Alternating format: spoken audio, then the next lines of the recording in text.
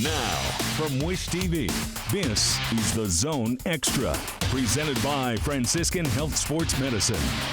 Coming up tonight, the boys basketball state tournament rolls on with regionals. In the Coach's Corner, we're joined by the man leading his Greyhounds into the boys track and field season.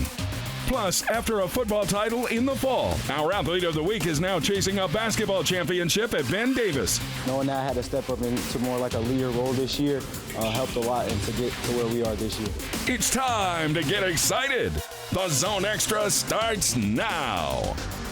Good evening and welcome to the Zone Extra. I'm Andrew Chernoff. What a great week of high school sports, which included plenty of action in the boys basketball state tournament. In the Coach's Corner, he's been coaching track here in Central Indiana for over 30 years, the last 14 of them as head coach at Carmel. Towns coach Ken Browner joins us here in studio. Plus, our athlete of the week is one of the state's top football players, but he's also chasing a second straight basketball championship. We'll introduce you to Ben Davis Jr., Mark Zachary. And our Angela Morian has the story of a referee making history during the boys basketball state tournament. Now, let's take a look at this week in high school sports. Saturday was boys basketball regionals. A monster one at Newcastle between number 1 Fishers and number 4 Kokomo. Tigers built a good lead in the first half, up 14 here when Tayden Metzger adds to it. 17-point Fishers lead. Kokomo tries to fight back. Third quarter, inside to Kansas signee Flory Badunga, who slams it home. He had 20 points. Just not enough, though, because Fishers was on it. Metzger hits another three right there. He had 6 threes on the day. Fishers wins 66-52. In Southport, we had a good 4A battle between defending state champ Ben Davis and New Pal. First quarter, Giants down 1 until this. Mark White gets the pass, then buries the three. Giants take a 2-point lead. Later in the quarter, Dragons answer. Down 3 when Moses Haynes ties it up from behind the arc. We were tied at 12 after the first. Second quarter we go. Look at KJ Wyndham. He can dribble and shoot. Good separation right there. Ben Davis tops New Pal 70-59 to win the regional title. The night game Saturday at Southport featured Center Grove and Franklin Community. Grizzly Cubs get off to a fast start. Micah Davis from downtown. Grizzly Cubs scored the first 9 points of the game. But here comes Center Grove. Second quarter, Trojans up 3. Michael Ephraim extends the advantage to 5. This forces Franklin to call a timeout. Third quarter, Center Grove keeps it going. Ben Chestnut fouled as he hits the 3. Trojans win the regional championship. They beat the Grizzly Cubs 68-56. At Greenfield Central, Lawrence North battled Avon for a 4A regional title. Early on, Wildcats up 2. Xavier Robinson, huge block. Wildcats get it, go the other way. Kobe Bowles lays it in. Wildcats up 4. Avon responds next possession. Kenny Dunmore, the layup. Orioles within 2 once again. But Saturday belonged to the Wildcats. Robinson, the step back 3. Lawrence North cruises to a 69-50 victory. It wasn't just 4A on Saturday. We also had great regional 3A action as well this weekend. Out at Greenfield Central in 3A, it was Garin Catholic and George Washington. Fourth quarter, Washington down 12. Malik Starks gets the ball right here and then scores. Continentals within 10. Garin then steps on the gas. The inbound pass to Rob Sorensen, who does the rest. It's a 17-point Garin lead. Golden Eagles with the exclamation point right here. Jake Cardinal with the slam. Garin takes it 56-39. The Golden Eagles' 3rd regional title in the last 4 years. The commitment that these guys make every single day in practice. Look, we came out, we played a very tough, very physical team today. Washington was incredible, I thought. They attacked the rim. They exploited us a little bit, but our guys stayed committed to the game plan. Our team's experience is, I think, second to none. We are a bunch of experienced guys. We've been here before, been here, done that, and we know how to control pressure, control anything that comes our way. And I think collectively as a group, we still have a chip on our shoulder from last year. Also in Class 3A, it was third-ranked Danville taking on Northview at Lebanon. End of the first, Elijah Tricker. The drive, spins it off the glass, Warriors by 10 at that point. He had 12 points. Second quarter, Tricker finds Zachary Waits in the corner. He buries the three. Danville would take a 13-point lead to the half. It goes on to win its first regional title in 6 seasons, the final 61-39. A couple of notable coaching changes were announced this week. In football, Jake Gilbert is stepping down after 13 seasons at Westfield. He's taking a job as the defensive coordinator at Wabash College next season before transitioning to head coach of the Little Giants in 2025. And in girls basketball, Andy McGuire is retiring as Zionsville head coach. McGuire coached the Eagles for 22 seasons, winning 256 games. This summer, he will be the head coach of the girls Indiana All-Star team that will face Kentucky. Also in girls hoops, here's the 5 finalists for Indiana Miss Basketball. You've got Fort Wayne Snyder's Jordan Poole, Bedford North Lawrence's Chloe Spreen, Reagan Wilson from Noblesville, Faith Wiseman of Indian Creek, and then Jennings County star Julianne Woodard. In gymnastics, the season came to a close last weekend in Muncie with the state finals. Congrats to Crown Point as the Bulldogs win the team title for the second time in 3 seasons. Crown Point's Ellie Kieran is the all-around champ. She also won the vault and floor exercise. Franklin Central senior Austin Dykes is the individual champion on the bars and the beam.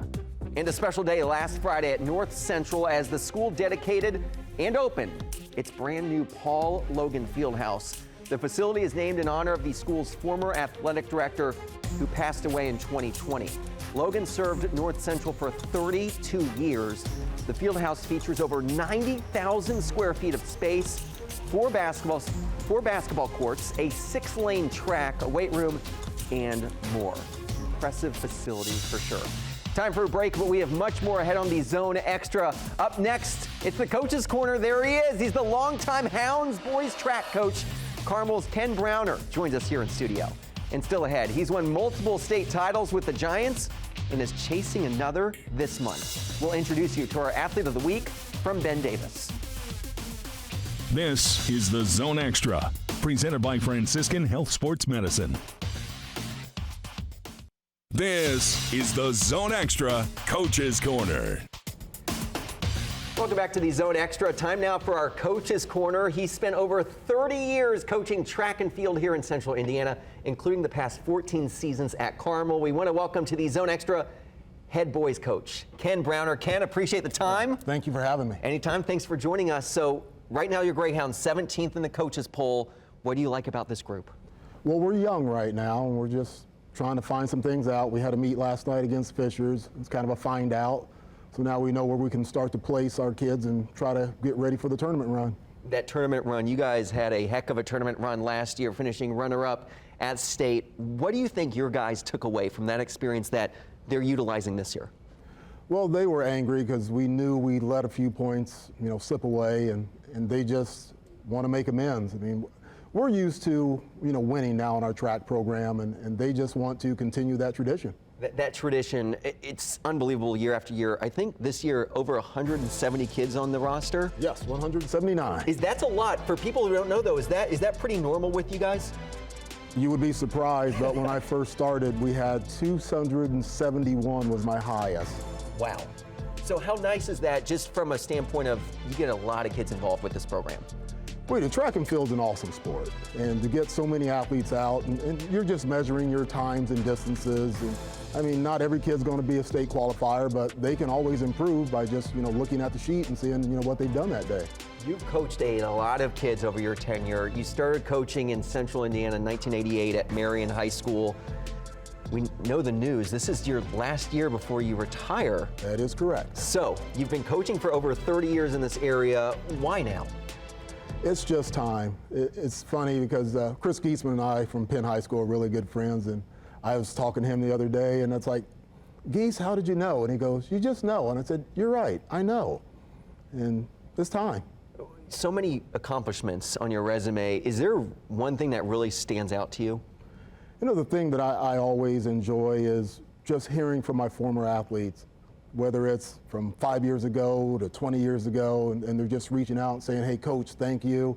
I ran into an athlete the other day in the mall, and same thing. Hey, coach, thank you. I have 2 girls, and I'm using the principles that you taught us. And so those are the things that I just take away, is just being able to help those men, or those athletes become men.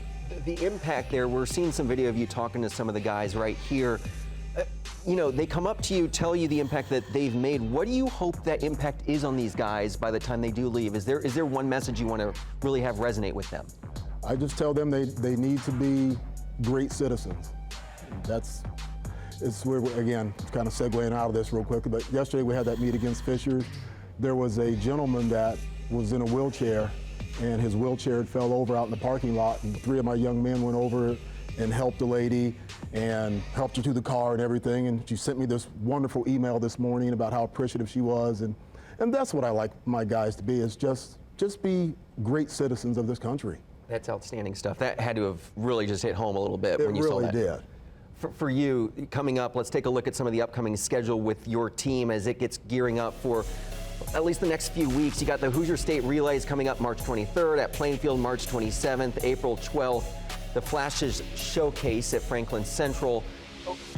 How important of a time of year is this for a track and field team as you get closer and closer? I know June's far away, but it's going to be here before we know it. Yeah, we try to use the schedule to just make sure we're tournament ready.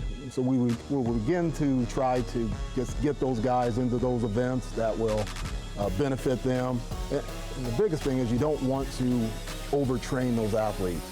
And that's kind of the fine line when you're coaching track and field, is you got to make sure that you hit it at the right moment. That right moment, when I want to look ahead to the state championship meets this year. Because of your career that's been so impressive, what will that week be like for you? Hopefully I won't get emotional. Hopefully it's just another day coaching my athletes, and they perform well, and we have a great day, and we carry the trophy home. Do the kids on the team is there a little bit of an extra oomph knowing that it is your last year? I hope they're not doing it for that. But it doesn't seem like it so far. They've just been going about their business. Ken Browner, he has been a staple of Central Indiana track and field for so many years, starting in 1988 at Marion, all the way now at Carmel after 14 seasons. Ken, I'm going to thank you on behalf of a lot of track and field athletes. I am not one of them. I am not a track and field athlete, but I know that you've made a huge impact on a lot of those kids. So thank you on behalf of everyone in Central Indiana, and thanks for joining us here on the Zone Extra. Thank you for having me. Anytime. Best of luck the rest of the way as well. All right, thank you. Time now for another break. Still ahead, it's our Athlete of the Week. He stars in both basketball and football for Ben Davis, and this weekend he looks to punch another ticket to a state championship. Up next, meet Giants junior Mark Zachary. Plus, making history, our Angela Morian has the story of a monumental moment for one basketball official last weekend. This is the Zone Extra, presented by Franciscan Health Sports Medicine. Welcome back to the Zone Extra. This Saturday, the Ben Davis boys basketball team will look to punch its ticket to Gainbridge Fieldhouse once again for a second straight year as the Giants hope to defend their state title. A key reason for the Giants' success is the play of Mark Zachary. The junior is averaging over 10 points per game and leads the team in assists as well. Zachary is also a star on the gridiron, one of the top football recruits in the state. In fact, he helped lead Ben Davis to a football title in the fall. Last week in the basketball regional win against New Pal, Zachary had a double-double with 20 points and 11 assists. On a hoops team that graduated 7 seniors last year, he says he knew he needed to step up this season. I feel like everybody had to look in the mirror and realize that it's only just going to be us. We lost 7 seniors last year, so everybody just realizing that it's only us in this locker room, so everybody's stepping up.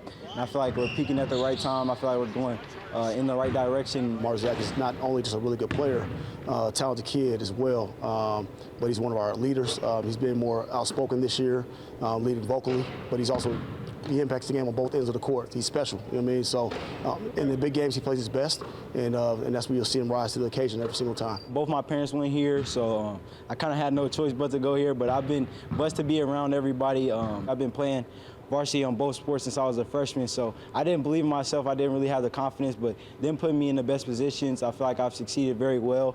Just me being here, winning state championships, like you said, it's nothing new to me, and I feel like I have like the want and the grit to win. I mean, he's a 4.2 student. He's got everyone in the country recruiting for football, but he's just a great kid, never have a bad day. Yes, sir, no, sir. He gets it done. He's an all-American kid. I love playing in front of a whole bunch of people. I feel like it's preparing me for the college level just in general, but also everybody in Indiana knows that Indiana is a basketball state, so I feel like everybody's going to come out and support their teams, and I feel like it helps me a lot on the court. He can play both on the court and the gridiron. Time for a break, but still more to come on the Zone Extra, including the latest installment of Ask the Commissioner with Paul Neidig of the IHSAA. This is the Zone Extra, presented by Franciscan Health Sports Medicine.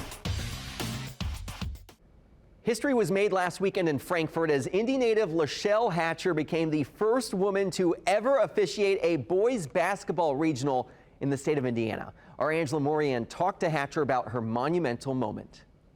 There was another assigner at that time that said women can't do boys basketball.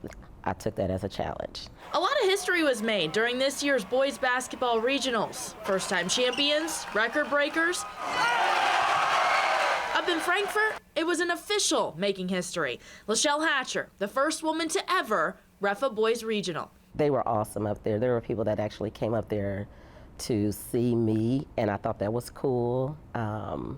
It was just really humbling. That's just really what it was. And it's like you don't really set out to do this. You just continue to do what you're doing, and then I was just happy to be seen.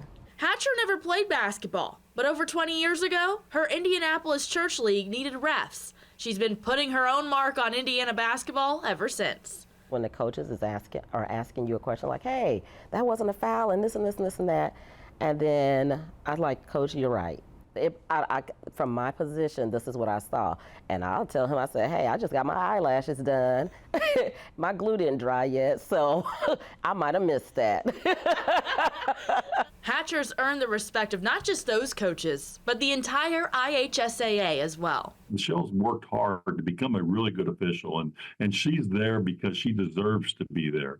Not just because she's a female, and we're really proud of her and the work that she's done. I think it's great to go ahead and try to blaze the trail, but I really would like to see what's coming behind me, because it makes no difference to me if it's just me. I just want to be able to bring other women that come behind me and make their struggles a lot less. Now that Hatcher's ref the regionals, she has a chance to make even more history in the future. If she's ever selected to officiate the boys state championships here at Gainbridge Fieldhouse, she'll be the first woman to ever do that as well.